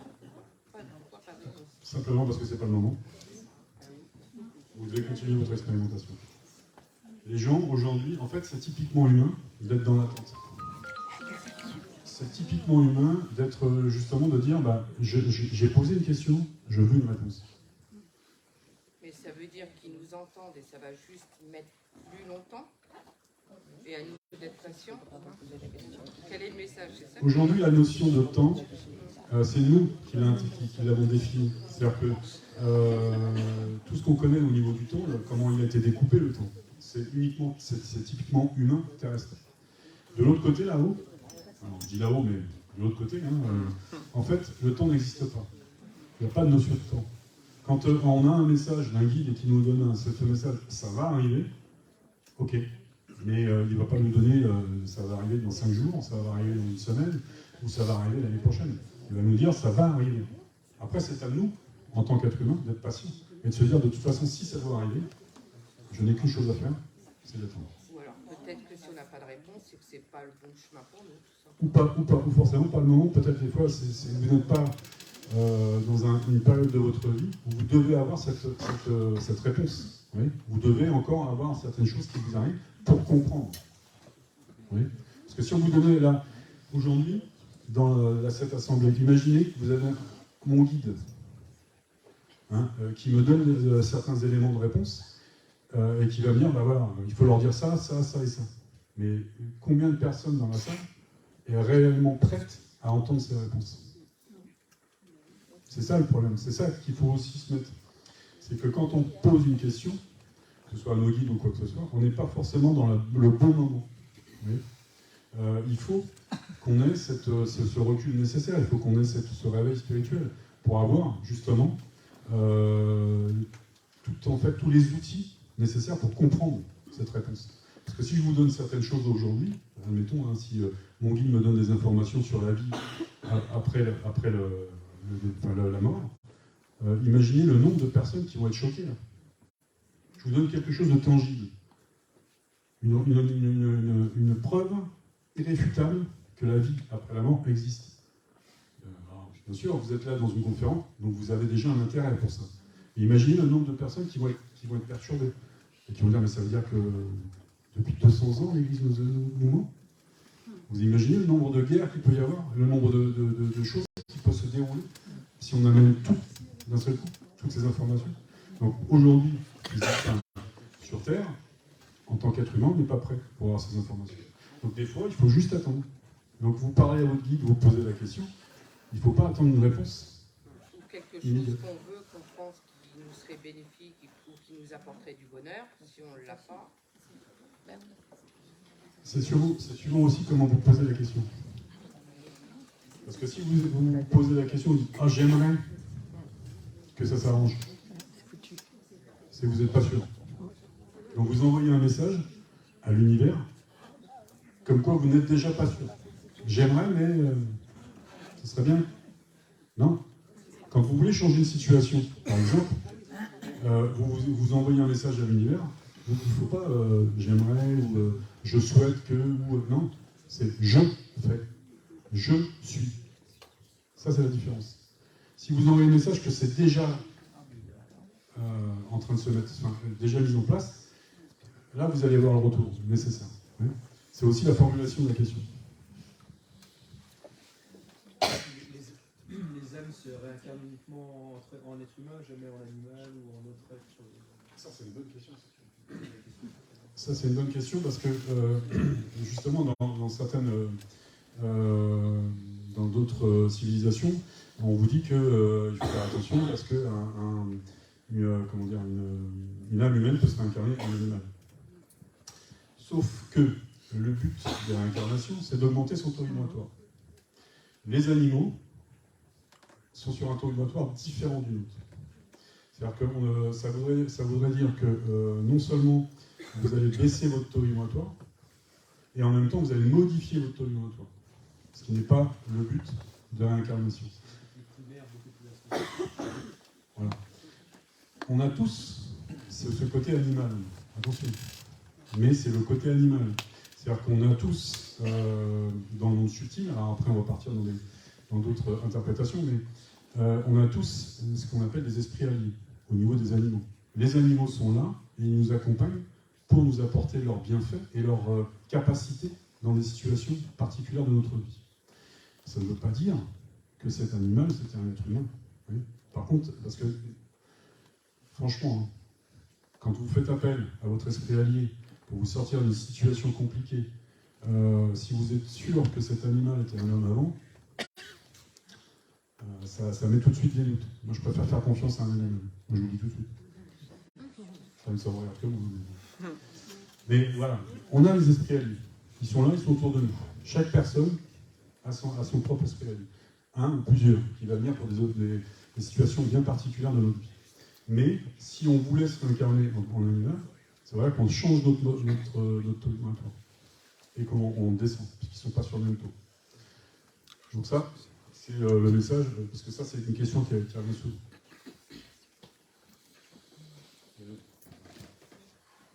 Finalement, nos anges ou nos guides, ceux qui sont là, à qui on pourrait faire appel, c'est pas forcément des proches. On aurait tendance toujours à dire qui sera là. Non, pas forcément. Non, parce que nos guides, en fait, c'est pas forcément des gens qu'on a connus. Ça peut être, vous pouvez avoir un guide qui se présente. Alors, la première question que les gens me posent en général, c'est quel est le nom de mon guide? Alors, Déjà, premièrement, je ne vois pas trop l'intérêt d'avoir tout de suite savoir comment s'appelle son guide. Mais quand on pose ces questions, des fois, on a la réponse que, en fait, c'est une âme qui a décidé de ne jamais s'incarner sur Terre. Donc la notion de prénom, de nom, pour elle, c'est complètement obsolète. Donc, et puis, c'est pas forcément quelqu'un que vous avez connu. Vous allez pouvoir avoir dans votre vie un guide qui va se présenter, parce que lui, il a traversé dans une incarnation peut-être où il était incarné précédemment, il a traversé une situation qui était peut-être similaire à ce que vous êtes en train de traverser aujourd'hui. Donc il va choisir d'être votre guide. Dans la notion de guide, on a le guide de vie, qui va être là de notre naissance, à partir du moment où on arrive sur Terre, jusqu'à notre départ dans le monde subtil. Ça, c'est notre guide de vie. Alors, c'est pas forcément un guide qui va être là pour tout ce qui est, on va dire, spirituel. Hein. Ça peut être aussi pour les petites choses de la vie courante, il va être là pour vous aider, pour vous faire prendre des décisions. Il va être là vraiment pour ces choses-là. Après, on a d'autres guides qui viennent et qui se présentent pour d'autres moments bien spécifiques de notre vie et qui vont nous apporter une aide beaucoup plus poussée. Ouais. La notion de guide, en fait, c'est pour ça que j'en parlais à la dame tout à l'heure qui parlait de notions religieuses, les anges, les archanges et tout ça. En fait, cette hiérarchie que la religion a mis en place, c'est juste une interprétation. C'est-à-dire qu'en fait, à partir du moment où vous avez une âme qui décide de retourner dans le monde subtil, elle va, par rapport à ce qu'elle a vécu, comme je le disais tout à l'heure, elle va faire grandir son taux vibratoire. Plus elle va augmenter son taux vibratoire, plus elle va arriver à ce haut niveau vibratoire. Et elle va avoir non seulement des informations supplémentaires sur pas mal de choses, mais elle va aussi avoir des façons d'intervenir dans votre vie beaucoup plus poussées qu'un guide de vie, vous voyez, qui lui va rester sur des choses plus basiques. Quand vous êtes en danger de mort imminent, là vous avez en général c'est un guide de vie qui va venir, mais qui aura un taux vibratoire très haut. Ça ne veut pas dire que ce guide il va vous accompagner tout le temps. Il va se présenter uniquement pour ce moment-là. Parce que lui, il a cette capacité nécessaire. Il peut le faire, oui. Mais c'est ce qu'on appelle aujourd'hui les anges et les archanges et tout ça. Finalement, il y a beaucoup. Alors, moi, j'ai pas perdu de parents proches, mais admettons les amis autour de moi, beaucoup vont me dire tiens, c'est bizarre, le jour où ma mère est décédée, enfin, ou quelqu'un de proche, j'ai eu un oiseau qui est toujours venu et ce rouge-gorge, il est toujours là et j'entends toujours ça de ceux qui ont perdu quelqu'un de proche. Alors, c'est finalement une coïncidence où on se met ça en tête Alors, c'est pas forcément une coïncidence. Moi, depuis que je fais ce métier-là, les coïncidences, j'y crois plus. On a toujours des messages ou des signes de nos proches. Alors, ça peut être un proche disparu, ça peut être aussi un guide qui vous donne un signe. Alors ça, c'est vraiment une autre notion. C'est-à-dire que les signes, tout ce qui est les signes dans l'interprétation des signes avec les messages avec l'au-delà, ça existe, oui, effectivement. Alors attention, il ne faut pas tomber dans le mysticisme complet et puis voir des signes partout. Parce que la personne qui va traverser un poulailler et puis qui va dire « Oh, j'ai vu une plume », c'est un signe. Totalement. La personne qui travaille par exemple dans un hôtel et puis qui va secouer les draps, les couettes et tout ça, puis qui va dire « Ah bah j'ai vu une plume se poser sur le lit », pareil, forcément, elle est dans un endroit qui s'y prête. Par contre, si la plume elle est d'une certaine façon, posée d'une certaine façon, ou qu'elle va se déposer sur quelque chose qui va lui donner un élément de réponse, là oui, ça peut être aussi. Oui. Alors après, le rouge-gorge, c'est pareil, il y a beaucoup d'interprétations, parce que le rouge-gorge, soi-disant, fait partie des esprits alliés qui nous annoncent la présence d'un proche disparu. Oui. Donc tout ça, en fait, c'est des interprétations. Ce qui est important, et ça, il faut vraiment avoir ça à l'esprit, c'est un jeu de mots, mais c'est ça, c'est que en fait, tout ce qui est spirituel, c'est beaucoup plus simple qu'on ne le pense. Aujourd'hui, la majeure partie des gens, quand on parle de spiritualité, quand on parle de contact avec les proches disparus, quand on parle de guide, ou qu'on parle de lecture de vie antérieure, voilà, ça va être compliqué, il faut faire telle ou telle chose. Non, c'est beaucoup plus simple qu'on ne le pense. Les entités, elles sont tout autour de nous. Elles sont présentes constamment. Elles ne sont pas sous votre douche, je vous rassure tout de suite. Hein, ou aux toilettes, attention, ne vous inquiétez pas, parce qu'elles ont aussi elles savent quand il faut intervenir ou pas. Mais elles sont constamment autour de nous. Donc le voile entre le monde subtil et le monde terrestre, il est très très fin. La seule chose qui fait la différence, c'est justement d'avoir cette prise de conscience et de pouvoir percer ce voile. Percevoir. Je perce le voile. Par quel biais on pourrait le plus facilement accéder par soi-même aux vies antérieures qu'on a pu avoir? Alors il y a plein de techniques aujourd'hui. Vous avez alors, le canal médiumnique, bien sûr. Vous avez l'hypnose agressive, qui peut vous permettre justement d'avoir accès à certaines informations dont vous passez. Il y a beaucoup de choses en fait qui peuvent vous aider. Ce qui est important, c'est justement d'avoir cette prise de conscience et de pouvoir commencer à vous interroger vous-même.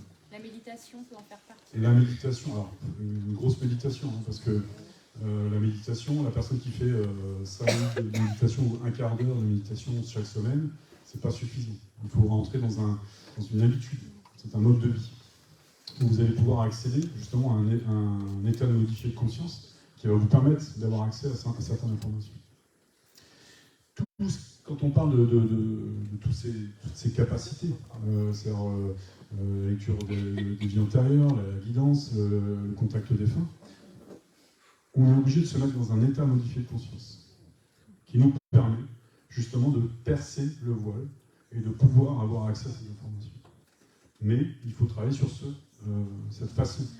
Alors, il y a plein de façons. Hein. Les gens, la méditation, ça ne va pas du tout marcher. Puis vous avez des personnes, ça va être autre chose.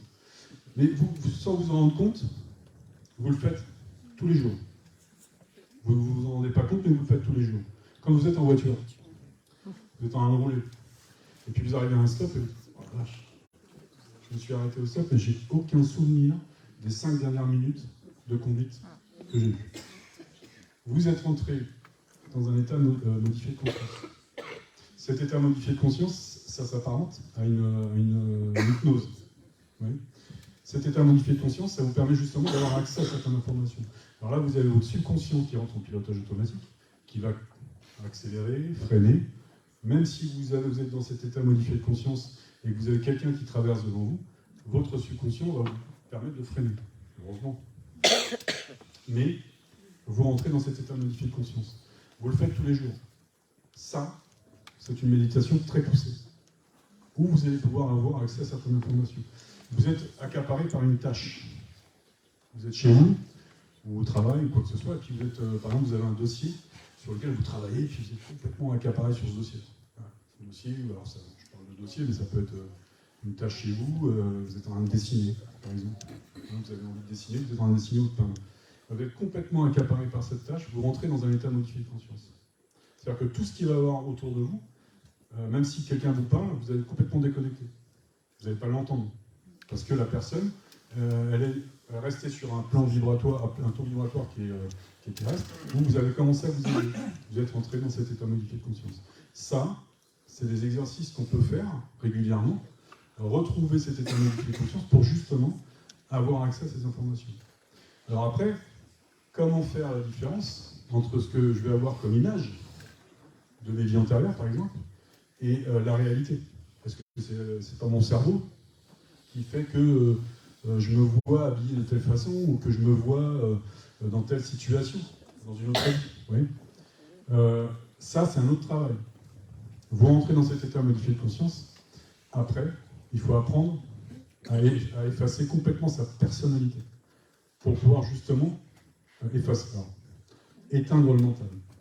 Et les moments de la journée, notamment à l'endormissement, est-ce que c'est les moments ou le réveil, est-ce que c'est des moments qui vont être un peu plus propices à ça?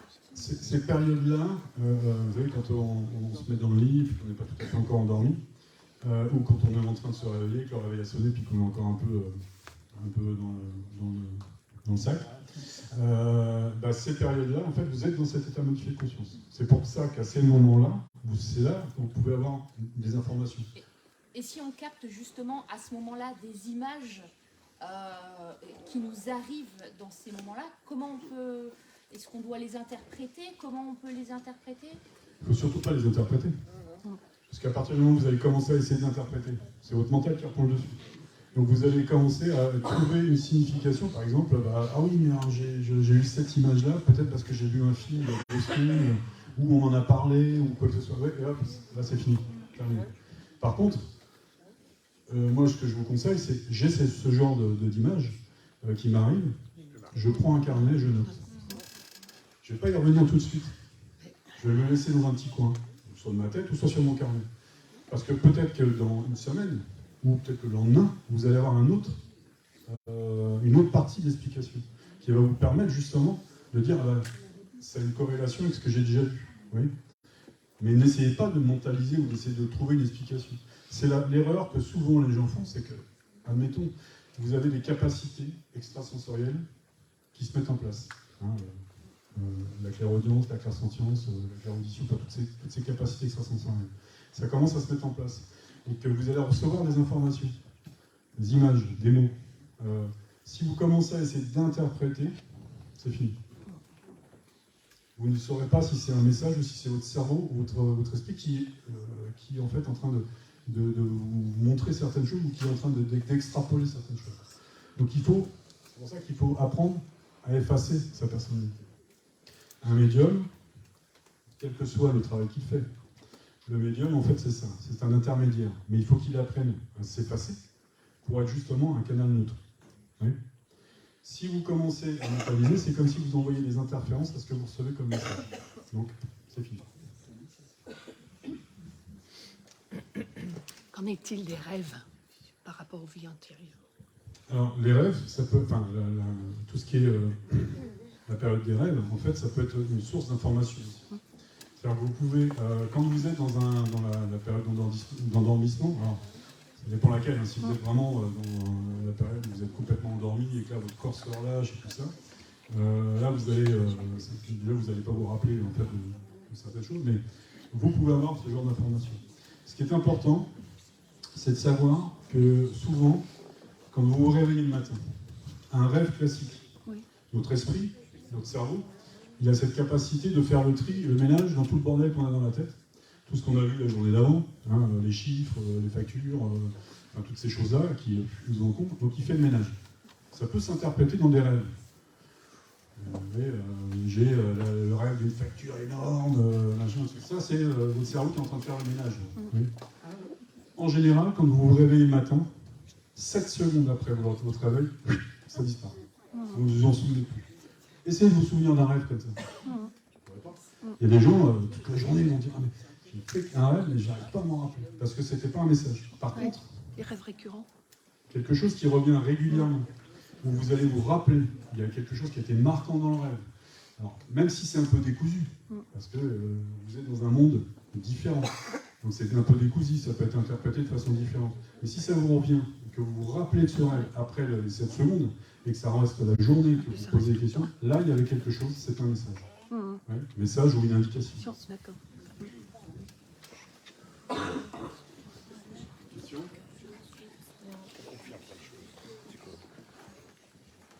Une question ?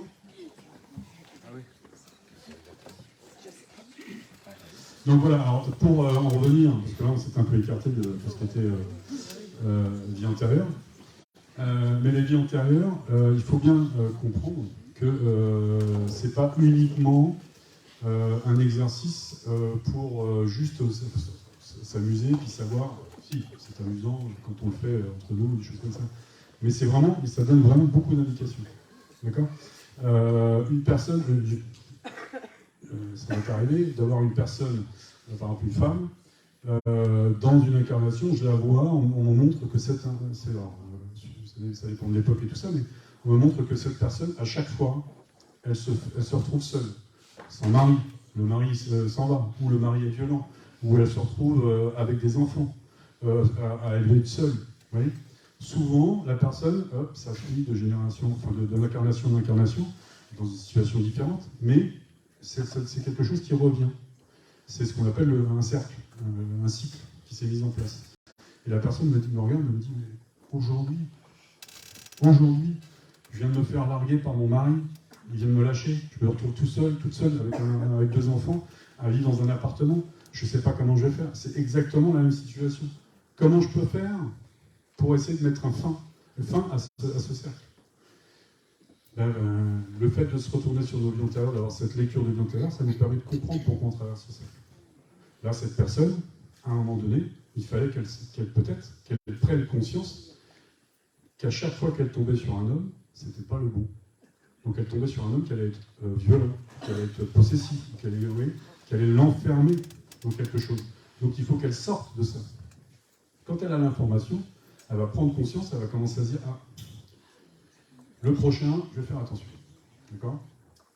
Il ne va pas venir habiter à la maison tout de suite, hein, mais il a intérêt à faire ses preuves. Et bien maintenant, elle a l'information. C'est ça le but, de faire ces lectures de long terme. Oui.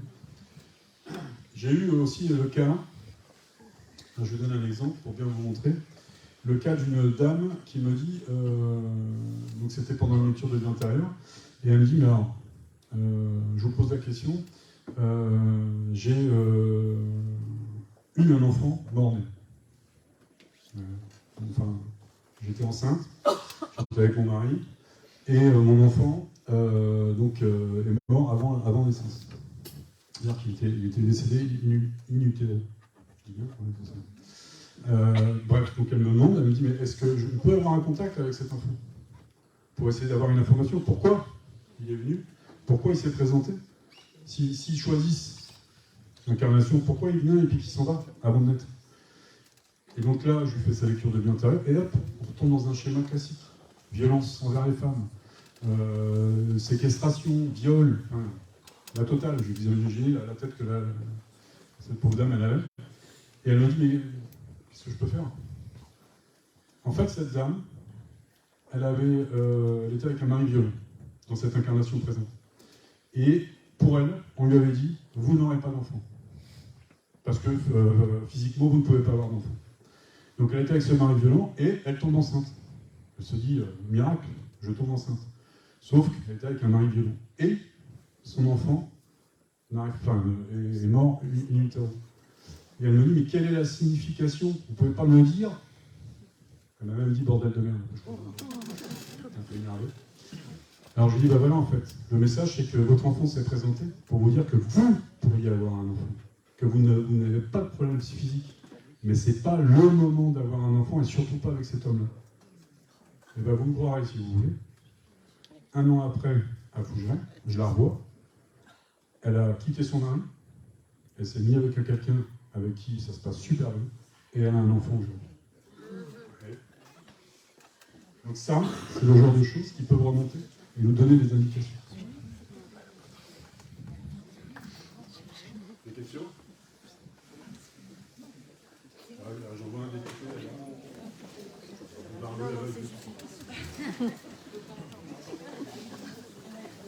Oui, question? Oui, je voulais savoir, vous disiez que les auras des personnes dans la vie courante, si quelquefois vous voyez quelque chose sur quelqu'un, est-ce que vous allez vers la personne et vous lui dites, ou alors est-ce que c'est délicat de le faire? Ça peut être délicat, c'est pas que c'est délicat. Si vous percevez quelque chose, que ce soit physiquement envers la personne, ou que ce soit un message d'un défunt, parce que des fois, vous ne connaissez pas la personne, il y a un défunt qui se présente et qui dit j'ai un message à passer. Et vous ne connaissez pas la personne. Alors vous avez deux choix. Je me tais, et le message ne va pas passer. Ou alors, je me lève, je vais voir la personne, et je lui adresse un message. Je vais passer pour un fou, peut-être. Mais au moins, j'aurais passé le message. Ça m'est arrivé. Dans des salles d'attente, chez les médecins, vous avez une personne qui est en face, et alors ça ne s'adressait pas particulièrement à la personne, mais j'ai senti, et j'ai vu quelqu'un qui s'approchait, qui dit « elle n'est pas seule ». Elle n'est pas seule. Et la personne, je vois qu'elle était quand même assez dépitée. En fait, elle venait d'apprendre que son mari avait un cancer. Et que c'était un cancer pas soignable. Et en fait, elle avait cette phrase qui retournait dans son esprit, ce qu'elle me l'a dit après. Elle m'a dit je suis seule. Qu'est-ce que je vais devenir sans lui? Et en fait, le défunt qui s'est présenté, donc c'était son père, et qui lui a dit elle n'est pas seule. Alors, j'avais deux choix.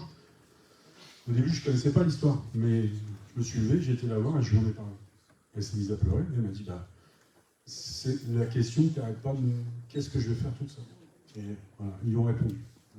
Donc voilà, alors vous allez, il y a certaines fois, vous allez passer pour un illuminé, hein, mais c'est notre mission d'adresser ces messages. Même si des fois les gens ne comprennent pas. Vous allez vous adresser... J'ai des gens, hein, même en consultation privée, ils viennent pour un contact défunt. Quand je leur donne le message, c'est pas du tout ça que j'attendais. Je veux savoir où c'est qu'il avait caché la caisse avec... c'est pas vraiment ça que j'attendais. Mais vous adressez le message, quel qu'il soit. C'est là où il faut faire abstraction de sa propre personnalité, pour que vous puissiez adresser ce message-là. Nous, on n'est pas là pour interpréter. Ouais. Alors après, effectivement, hein, vous allez peut-être vous faire envoyer sur les roses, mais il faut passer le message. Pourquoi les médiums, quand on voit l'affaire Bouchard, des choses comme ça, pourquoi les médiums n'arrivent pas à résoudre des affaires? Comme les médiums ne peuvent pas vous donner les numéros de l'auto. Imaginez, ça m'est arrivé de travailler sur des cas de disparition. Disparition inquiétante, et ça m'est arrivé de travailler sur des cas de disparition où l'issue a été fatale pour la personne. J'ai eu des informations où était le corps. J'ai eu des informations où les personnes pouvaient soit retrouver le corps ou savoir ce qui s'était passé. Mais quand les personnes me demandaient qui a fait ça, là, ça bloquait. Parce que c'est pas mon rôle à moi de donner une information qui pourrait être dramatique. Imaginez, je dis, ah bah oui, j'ai vu ça, mais c'est telle personne de votre entourage qui a fait ça. Et le gars, il prend un coup de sang, il va chercher un fusil, et hop, il lui tire une balle. Alors, même si c'est la personne qui a réellement fait ça, effectivement, c'est bien elle. Mais c'est sa vie qui est détruite. Et puis la vie de la personne qui a tiré. Oui. Donc nous, c'est pas notre rôle. Donc c'est pour ça qu'il y a des informations, ça stoppe. Alors on va nous donner des indications, comme là notamment, on m'a donné des indications sur le véhicule qui avait provoqué l'accident. On m'a donné des indications là, comment s'était passé l'accident, pourquoi il y avait eu cet accident, oui. Dans quel milieu il fallait que la police se tourne. Mais après, ça bloque.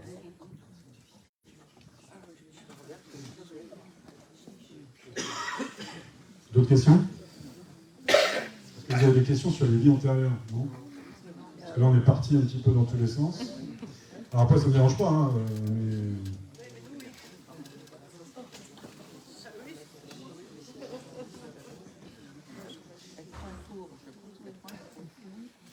Pas de questions? Oui, je vous vois là-bas. Ah. Il y a quelqu'un qui est disparu il y a quelques jours, c'est pas Kouraban. C'est savoir qu'est-ce que vous pensiez. De pas Kouraban?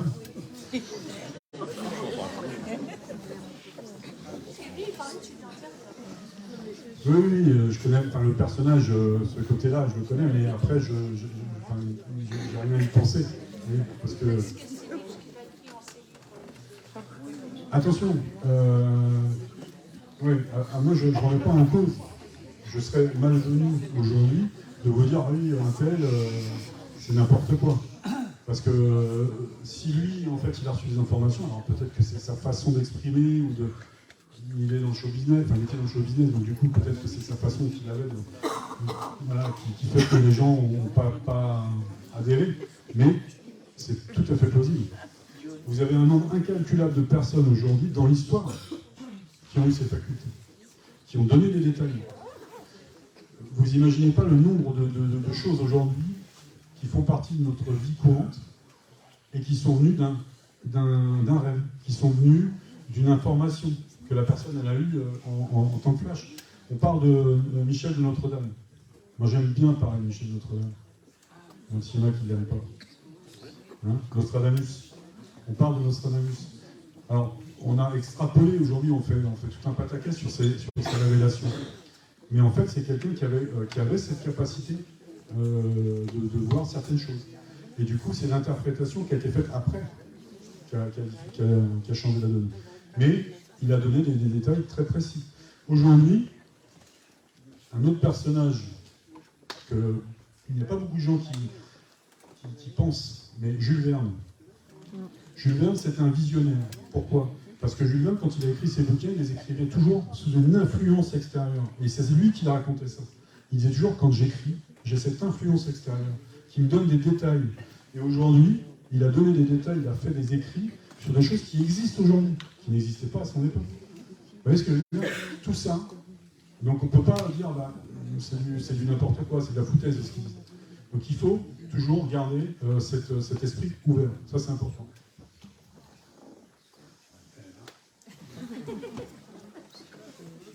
Est-ce qu'il y a, entre deux incarnations, est-ce qu'il y a, alors je sais que de l'autre côté, il n'y a pas de notion de temps, mais est-ce qu'il faut que l'âme ait suffisamment évolué avant de pouvoir redescendre ou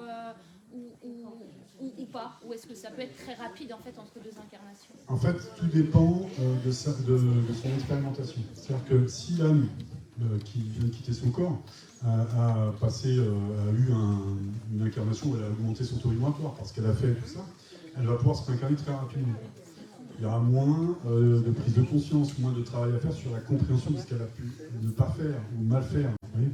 Donc elle va pouvoir... Mais encore une fois, c'est la décision de l'âme. C'est-à-dire qu'il y a des âmes qui vont dire j'ai suffisamment donné pendant, je ne sais pas, 3-4 incarnations. Là, je vais rester dans le monde subtil parce que j'ai besoin de mettre à profit tout ce que j'ai pu apprendre. Donc, je ne peux pas vous donner un temps, parce que ça n'existe pas, mais ça veut dire que cette âme ne va pas se réincarner tout de suite. Il peut y avoir un délai, ce que nous on appelle un délai, plus ou moins long. Mais ça ne veut pas dire qu'elle ne va pas se réincarner de nouveau. Mais ça peut être court comme long. Ça peut être court comme long. C'est comme le contact défunt. Aujourd'hui, les gens, il y a beaucoup de personnes qui disent mais contact défunt, on ne peut pas avoir un contact défunt avec une personne qui vient de décéder. C'est faux. C'est faux parce que moi je l'ai vécu. À Fougeray. La personne est venue à Fougeray, parce que c'était prévu depuis longtemps, et la personne qu'elle a essayé de contacter était décédée la veille. Je l'ai eu au contact. Pourquoi ? Parce que cette personne est partie sereinement, c'était une longue maladie, elle s'était préparée à son départ, donc pour elle, elle avait déjà préparé tout son départ, elle est partie sereinement. Donc avec un taux vibratoire qui était déjà très élevé. Elle n'était pas dans l'incompréhension. Donc j'ai pu avoir un contact dès le lendemain avec la personne. Mais alors comment avoir un contact avec des défunts, avec une personne qui est partie et qui est peut-être réincarnée? Ah, la question. Je l'attendais, mais personne n'avait... Même si cette personne a... Je crois qu'on a une gagnante ce soir. Comment vous appelez-vous, madame ? Geneviève. Geneviève, bravo Geneviève. Parce que ça, c'est la question qu'on me pose régulièrement. En fait, ça revient à cette notion de temps. Quand nous, au niveau terrestre, on se dit, bon, la personne vient de décéder, elle quitte son corps terrestre, et donc il va falloir attendre je ne sais combien de temps quand elle se réincarne. Non, parce que en fait, ce qui se passe, c'est que nous, quand elle est passée de l'autre côté, tout ce qui est temps, distance, passé, présent, futur n'existe plus. Donc on peut très bien avoir un contact aujourd'hui d'une personne qui est décédée il y a 100 ans et qui s'est déjà réincarnée. Votre âme aujourd'hui, toutes les personnes qui sont dans cette salle, il ne faut pas penser que vous êtes juste cette enveloppe charnelle et que votre âme est contenue à l'intérieur de cette enveloppe charnelle. Vous avez une partie de votre âme qui est déjà en connexion avec le monde subtil. Vous voyez ? Elle a accès à ces informations qui ne vous arrivent pas parce que vous avez du mal à percevoir, mais vous êtes en connexion. Et cette âme, elle a accès à ces informations. Aujourd'hui, alors après on va partir dans des théories, mais ça va s'écarter, mais ça peut être pour vous expliquer, c'est que vous avez la possibilité aussi, parce que c'est arrivé, hein, on fait des lectures de vie antérieure, et on pense avoir accès à une information qui vient d'une de vie antérieure. En fait, non. C'est une personne du futur qui vient et qui nous donne ces informations pour nous indiquer quelque chose. Pour eux, le passé, le présent, le futur n'existent pas. Donc une personne que vous pouvez avoir en contact défunt aujourd'hui, ça ne veut pas dire qu'elle ne s'est pas réincarnée. Oui. Nous, on voit le temps de façon complètement linéaire. Début, fin. Ça, c'est typiquement terrestre. Humain. Ouais. En fait, de l'autre côté, c'est le temps, il fait des boucles dans tous les sens. Donc, une âme qui est à un endroit, elle peut avoir accès, par exemple, elle est dans le passé, elle peut très bien avoir accès au futur, elle peut très bien avoir accès au présent.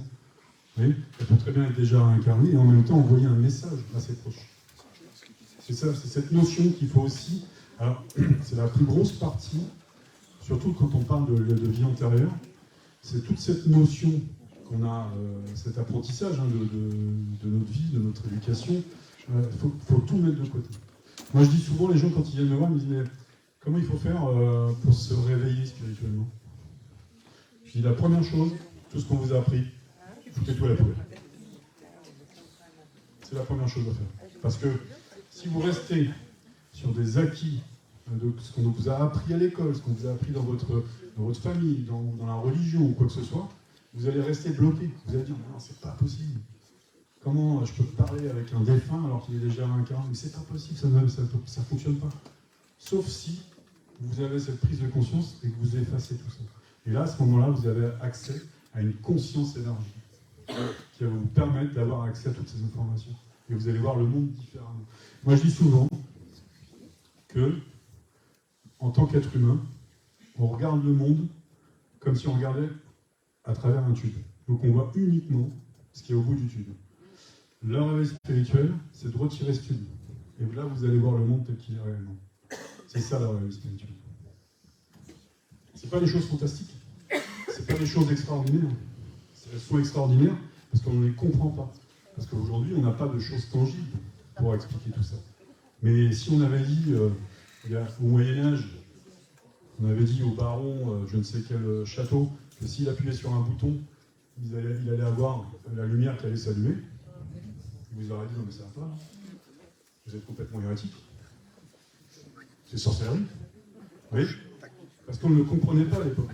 Aujourd'hui, ce qui se passe, quand on parle aujourd'hui, si on fait une conférence et qu'on parle de spiritisme, qu'on parle de poltergeist, quand on parle de toutes ces choses-là, de TCI, alors ça peut être dire, les gens, et le reste monde, mais quand on parle de ça, c'est parce qu'aujourd'hui, on n'est pas là pour vous prouver quoi que ce soit.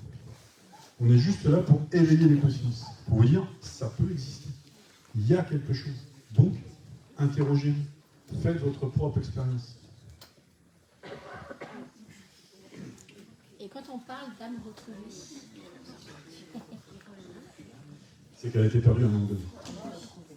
Ouais. En fait, moi, c'est Claudie qui m'a dit que je vivais avec mon âme retrouvée. C'est ma deuxième vie amoureuse et elle m'a parlé de ça. Donc,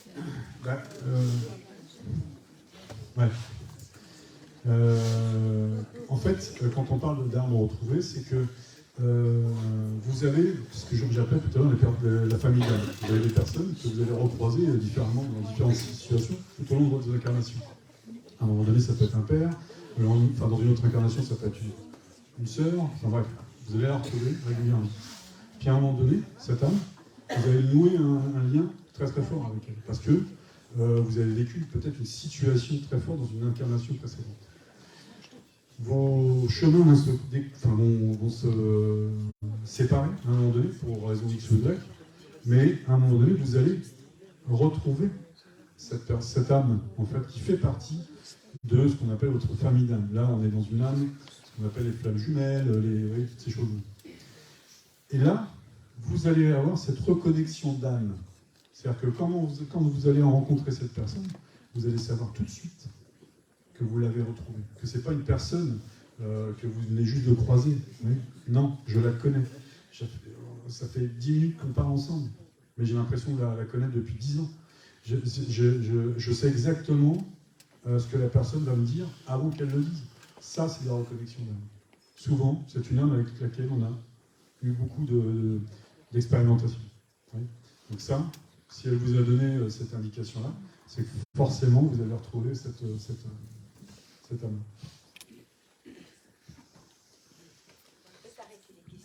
Oui.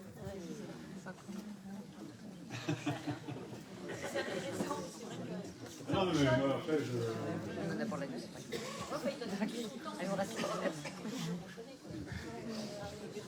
Je sais pas, on m'a dit qu'on avait la salle jusqu'à 8h du matin. Ah oui,